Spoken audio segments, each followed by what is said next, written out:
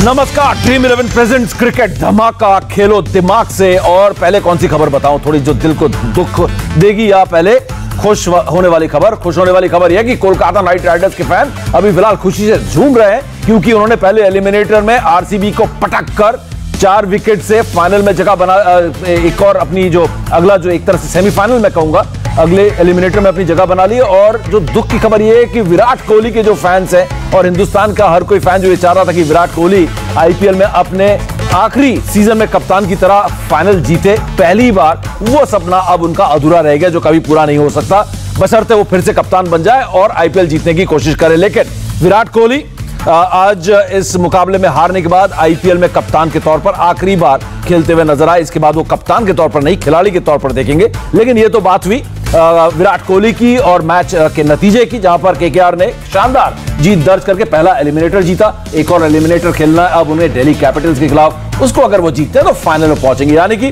Delhi Capitals और KKR के बीच अगला मुकाबला परसों खेला जाएगा। और उसके बाद हमें फाइनलिस्ट मिलेगा जो धोनी से टकराएगा। धोनी, किंग धोनी, जो पहले ही फाइनल में पहुंच चुके हैं। थोड़ा सा मैच का ब्यौरा दे दूं, आप देख सकते हैं मुरली कार्तिक दुबई से, मन्नीपा जी और आरपी स्टूडियो में हमारे साथ मौजूद हैं। आरसीबी ने पहले बल्लेबाजी की टॉस जीतकर, और हालांकि उनके कप्तान ने कहा, जो कोलकाता नाइट राइडर्स के एन मॉर्गन ने कहा, मैं जीतता तो शायद मैं गेंदबाजी करता, और शायद उनका यह फैसला सही भी होता, क्योंकि सिर्फ 138 रन बनाए 7 विकेट के नुकसान पर। और उसके बाद जो टारगेट था 139 रनों का, वो आखिरी के ओवर में 2 गेंद रहते हुए यहां पर हासिल कर लिया केकेआर की टीम ने। और अगर आरसीबी की बात करें, शुरुआत अच्छी हुई थी, अच्छे स्टार्ट्स मिले, खासकर देवदत्त पडिक्कल और विराट कोहली, जिन्होंने आज 39 रन बनाए, लेकिन उस स्टार्ट को बड़े स्कोर में तब्दील नहीं कर पाए। और उसका नतीजा ये हुआ कि आज मैक्सवेल जो लगातार चल रहे थे फ्लॉप हुए, एबी डिविलियर्स फ्लॉप हुए, और उसके बाद टीम संभल नहीं पाई। दूसरी तरफ अगर केकेआर की बात करें तो केकेआर ने बड़े आराम से इस टारगेट का पीछा किया, मैं कह सकता हूं, या फिर सूझबूझ से, हमारे एक्सपर्ट्स बताएंगे। 139 रन, और शाकिब ने आखिरी रन सिंगल लिया, जीत का चुराया शाकिब उल हसन ने। 139, 6 विकेट के नुकसान पर 19.4 ओवर में, और कॉन्ट्रीब्यूशंस बहुत अच्छे रहे।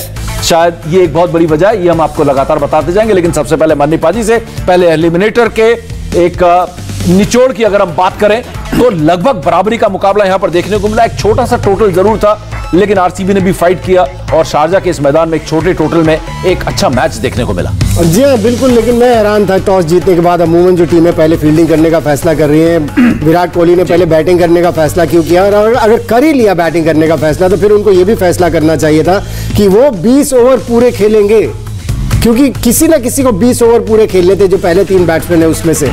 और अगर आप इस तरह का फैसला नहीं ले सकते कि मुझे अंत तक रहना है, और बीच में वो टेढ़ा शॉट खेलकर आउट हो गए, जिस तरह से मैच को फंसा के चले गए बेसिकली। क्योंकि जिस तरह से आप बता रहे हैं कि बढ़िया शुरुआत दी पडिक्कल, और उन्होंने अच्छी शुरुआत दी, लेकिन उसको फिर बड़े स्कोर में आप तभी तब्दील कर सकते थे, क्योंकि ये पिच स्लो होती चली जाती है, जैसे जैसे बॉल पुरानी होती चली जाती है, बैटिंग और मुश्किल होती चली जाती है। ऐसे में जो टिक गया उसको आखिर तक खेलना चाहिए था, और ये कप्तान की जिम्मेदारी बनती थी, क्योंकि आपने टॉस जीता, पहले बैटिंग करने का फैसला किया, पूरी दुनिया कह रही है, और पूरी सारी टीम्स टॉस जीत के पहले फील्डिंग कर रही है, आप उसके अगेंस्ट गए, फिर उसको सही प्रूव करने की कोशिश करनी चाहिए।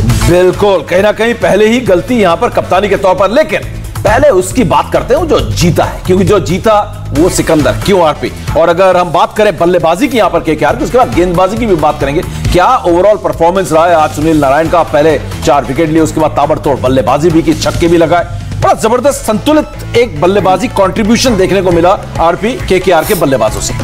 बहुत सुलझी हुई बल्लेबाजी की यहाँ पर। उनको पता था कि स्कोर इतना बड़ा नहीं, एक 50 रन की पार्टनरशिप में गेम लगभग 70% आपकी झोली में आया था, तो वही उन्होंने किया। और उसके बाद जो सुनील नारायण अकेले प्ले ने पूरा मैच चेंज कर दिया। डैन किशन का ओवर था आई थिंक, उसमें 3 छक्के लगा के मैच एक तरफा कर दिया। तब तक रनों बॉल के आसपास चल रहा था, उसके बाद बॉलें ज़्यादा हो गई, रन कम। पर आपको देखना ये होगा कि कैसे बल्लेबाजी को उन्होंने सजोया, धीमे धीमे उसके पास पहुंचे। ये काम शायद 1-2 ओवर और बड़े खेल सकते थे, पर वो कोशिश नहीं की वहाँ पर। धीमे धीमे गैप बढ़ते गए, और आखिरी ओवर में ये जाके जीते। शाकिब बल्लेबाजी कर रहे थे, साथ में एन मॉर्गन, मतलब बल्लेबाजी में गहराई भी थी, ऐसा नहीं बल्लेबाजी का स्ट्रेंथ खत्म हो गया था। बिल्कुल, तो चलिए अब चलते हैं हमारी उड़ान लेके सीधा दुबई, जहां पर हम देख सकते हैं हमारे स्मार्ट ब्रॉडकास्टर, कमेंटेटर और हमारे एक्सपर्ट मुरली कार्तिक हमारा इंतजार भी कर रहे हैं। कार्तिक, का केकेआर की सबसे बड़े जीत का कारण? सबसे पहले तो जो आपके ऑपोजिट नंबर ने जो टॉस जीता, और उसके बाद टॉस जीत के खुद ही बैटिंग कर ली। और ये हमने अभी पिछले जितने भी बार हमने डिस्कस किया है, हमने काफी बार डिस्कस किया है कि लास्ट ईयर ये पैटर्न था। पहले जब स्कोर्स अच्छे बन रहे थे तो पहले बैटिंग करना बेहतर था क्योंकि डिफेंड कर पा रहे थे। बाद में जब स्कोर्स नहीं बन रहे थे, जबकि स्ट्रेंज है, जब विकेट स्लो हो जाता है तो पहले आप चाहते हैं कि पहले बल्लेबाजी करें, बट विपरीत हो रहा था कि जितनी बार 6 के 6 मैच 130-140 के स्कोर पे टीम सेकंड बैटिंग में जीत रही थी, और वही इस साल का पैटर्न रहा है। तो मैं बहुत हैरान था कि उन्होंने सबसे पहले ही बल्लेबाजी की, और जैसे मनी भैया ने बहुत अच्छी तरीके से बताया, जब आपने एक बार बैटिंग कर ली तो आपको एक मन में एक स्कोर होना चाहिए कि ये स्कोर में मैं सेफ हूं, इस स्कोर से मैं मैच बना सकता हूं। और वहां पे कहीं ना कहीं वो एक के बाद एक, जब मुश्किल विकेट पे आप नया बल्लेबाज आता है उसको भी टाइम लगेगा, उसको भी सेट होने में टाइम लगता है, तो नहीं कर पाए। और यहाँ पे मुझे लगता है कि ऐन मौकों पे गलत बॉलर पिट गए, और ऊपर से कैच, गलत वक्त पे आप कैच छोड़ते हैं, तो सारी चीजें ऐड हो गई हैं वहां पे। बिल्कुल, और खास बात है कि यहाँ पर एक आंकड़ा भी है शारजा के मैदान में इस सीजन, खासकर जो पावर प्ले जीत रहा था, पावर प्ले में जो ज्यादा स्कोर कर रहा था और कम विकेट उसके गिर रहे थे, वो टीम जो थी अमूमन जो थे मैचेस जीत रही थी। लेकिन आज ऐसा नहीं हुआ। पावर प्ले में आज आरसीबी को जरूर जीत मिली, लेकिन आखिरकार कोलकाता नाइट राइडर्स ने बाजी मारी, और खासकर उनके स्पिनर्स की जितनी तारीफ की जाए कोलकाता नाइट राइडर्स की उतनी कम है, क्योंकि सबको मालूम था कि ये स्पिनर्स के साथ शुरुआत करने वाले हैं। स्पिनर्स के खिलाफ जो है संघर्ष करते हुए नजर आए, विकेट नहीं दिया, रन नहीं बना पा रहे थे, जो खासकर बल्लेबाज हैं हमारे आरसीबी के। लेकिन केकेआर की तारीफ करनी होगी, जो उनकी ताकत थी और उसी ताकत पर वो खेले, स्पिनर्स की ताकत पर, और इस मैच पे भी उन्होंने आज कब्जा जमाया। लेकिन इस चर्चा को हम आगे बढ़ाएं और भी ब्यौरा आपको दें, इस विश्लेषण करें, आज के ड्रीम 11 गेम चेंजर की तरफ भी हम रुख करते हैं। और मुझे जो लग रहा है कि आज का पहला ड्रीम 11 गेम चेंजर होगा यही, और आरपी ने पहले ही कह दिया था कि ड्रीम 11 गेम चेंजर जो है आज पहला सुनील नारायण। क्या यहां पर बल्लेबाजी की एक जबरदस्त कंट्रीब्यूशन, और उसके बाद अगर विकेट की बात करें, गेंदबाजी में भी शानदार गेंदबाजी आज। तो ओवरऑल इसमें कोई शक ही नहीं है कि ड्रीम 11 गेम चेंजर कोई और हो भी सकता है। आउट भी किसको किया? विराट कोहली को किया, उसके बाद एबी डिविलियर्स, और बाद में शायद मैक्सवेल को भी आउट किया, और चौथा विकेट ओपनर। तो चारों महत्वपूर्ण विकेट के आउट किया। गेंदबाजी बहुत बढ़िया की, और जो हम लोग बात करते हैं मनी भाई अश्विन की गेंदबाजी में लोग देखते हैं बहुत सारे लेग ब्रेक या फिर जो बाहर वेरिएशन से सिर्फ सिंपल ऑफ ब्रेक किया, सारे बोल्ड मारे इन्होंने, विकेट का फायदा उठाया और सबको छका के रखा। बल्लेबाजी में जब आए उन्होंने मैच एक तरफा ही कर दिया उस ओवर में डैन क्रिस्टियन के। बिल्कुल, और मनी पाजी इस गेंदबाज की बात जरूर करनी पड़ेगी, और खासकर हम YouTube चैनल पर भी जब थे तब हमने खूब बात की थी। क्या वजह थी कि सुनील नारायण ने इतने बड़े बड़े विकेट लिए, इतनी सफलता उन्हें आज मिली? सब जानते हैं सुनील नारायण हमें तंग कर सकते हैं, हमारा विकेट ले सकते हैं। इसने एक बार फिर साबित किया कि मैं बड़ा स्पिनर हूं। देखिए, बहुत अपनी स्ट्रेंथ्स जानते हैं और उससे बाहर नहीं निकलते। जिस तरह से अभी आरपी ने भी कहा कि अपनी जो उनकी मेन बॉल है वो करते चले गए और बीच में वेरी करते चले गए, जिससे कि जो उनकी स्टॉक बॉल है वो पकड़ी ना जाए। ये एक बड़ी ज़रूरी चीज़ है। आर अश्विन का नाम लिया, जो कि बार बार एक ही गलती करते हैं, इतनी ज़्यादा वेरिएशंस करने की कोशिश करते हैं T20 क्रिकेट में या वनडे क्रिकेट में। लेकिन कमाल की बात है कि इससे पहले आपने YouTube पे चैनल पे ही बताया था कि 9 मैचेस इस तरह के खेले उन्होंने ऐसी स्टेज पर, जिसमें केवल 4 विकेट लिए थे।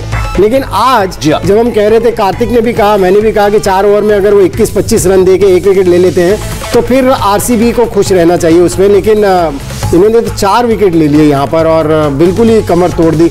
लेकिन कहीं ना कहीं सेंसलेस बैटिंग भी थी, क्योंकि इनका आखिरी ओवर था, केवल वो 2-3 बॉलें खेलनी थी मैक्सवेल को, लेकिन इन्हीं को 6 मारने गए और अपनी विकेट गंवा बैठे वहां पर। अगर वो आखिरी 2 ओवर में रहते मैक्सवेल, शायद स्कोर 150 तक ले जाते और मैच अपनी टीम की झोली में ले आते। बिल्कुल सेंसलेस बैटिंग भी जो की गई, उसका भी इनको फायदा। और एक और धमाका आज हुआ, केकेआर ने पहला एलिमिनेटर जीता। अब अगला मुकाबला खेलना, लेकिन पहला ड्रीम 11 गेम चेंजर हमने आपको दिखाया ब्रेक से पहले, वो थे सुनील नारायण। क्या लाजवाब पारी के लिए 22 रनों की 15 गेंदों में 4 विकेट भी लिए। सीधा चलते हैं दुबई और ड्रीम 11 गेम चेंजर नंबर 2 देखते हैं। और इसके अलावा आज केकेआर के ओवरऑल हम खासकर गेंदबाजों की अगर बात करें, कार्तिक लाजवाब प्रदर्शन, स्पिनर्स का तो कमाल का, रन ना देकर चौक कर दिया, वो गला घोट दिया यहां पर, रनों की पूरी ऐसी अंकुश लगाया कि वहां से वो निकल नहीं पाया आरसीबी वाले। जी बिल्कुल, आप पूछ ही रहे थे ना कि उनका परफॉर्मेंस अच्छा नहीं था। मुझे लगता है समीप आपके लिए परफॉर्म किया है सुनील नारायण ने, केकेआर के लिए बाद में, पहले आपके लिए परफॉर्म किया तो नहीं, उसके अलावा जो हम बात कर रहे थे उनकी गति, जो लॉकी फर्गसन की बात कर लीजिए, क्या ब्रिलियंट गेंदबाजी की उन्होंने। मतलब जब विराट कोहली और ग्लेन मैक्सवेल के बल्ले पे आके बॉल लग रही थी जोर जोर से, एक ओवर में तो 147, 152, तो उस विकेट पे भी उतना तेज डाला। तो काफी जो इनके जो स्पिनर्स हैं और जो बॉलर्स हैं, उन्होंने बड़ा अच्छा 5 ओवर के बाद 8 या 9 ओवर तक तो चौके भी नहीं लगे थे, तो ऐसा अंकुश लगाया तो आपने बिल्कुल सही कहा, बीच के ओवर्स में गलाई दबा दिया।